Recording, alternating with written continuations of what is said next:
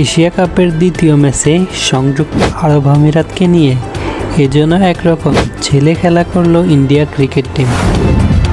মাত্র ৫৭ রানেই all out করে দেয় আরব আমিরাতকে।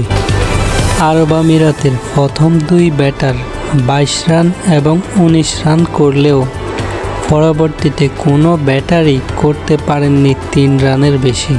বাকিদের মধ্যে ৩ জনের স্কোর ১ রান করে, ৩ জনের স্কোর ২ রান করে, একজনের স্কোর ৩ রান, আরেকজন তো রানের খাতাই খুলতে পারেননি।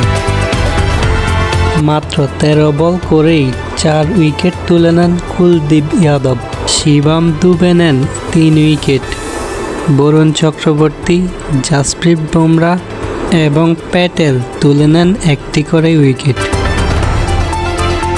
মাত্র ৫৮ রানের টার্গেটে খেলতে নেমে ইন্ডিয়ান ক্রিকেট টিম ৯ উইকেটের বিশাল জয় তুলে নেয়।